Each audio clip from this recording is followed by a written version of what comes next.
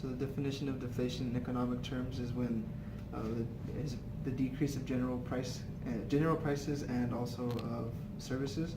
There are many times deflation is often mistaken as disinflation, and the obvious differences is when the deflation and inflation talk about the actual rise and fall of prices, while disinflation talks about the overall speed of the change.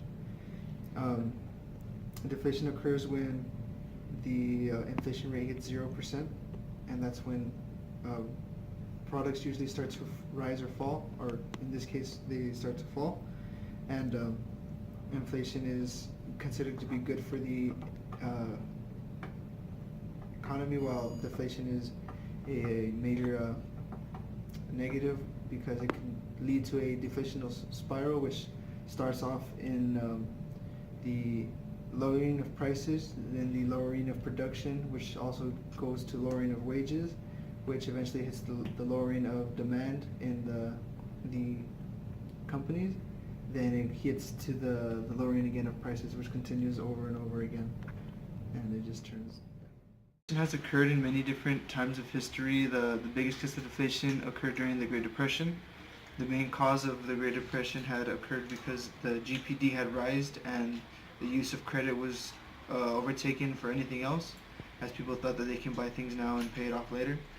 And this caused a high rate of deflation high rate of inflation, as the rate of money or the value of money had decreased so low and everything like that. And people decided to, the economy decided to fall down and fall into it as deflation started, and more prices and goods were later rised up lowered in order to counteract the inflation and try to resolve the depression that occurred in the 30s. And the deflation is very present in Japan, as they are viewed as just a spend it all and buy many things type of country. They suffer from the highest rate of unemployment based on how much people are spending over there and how high the deflation rate is.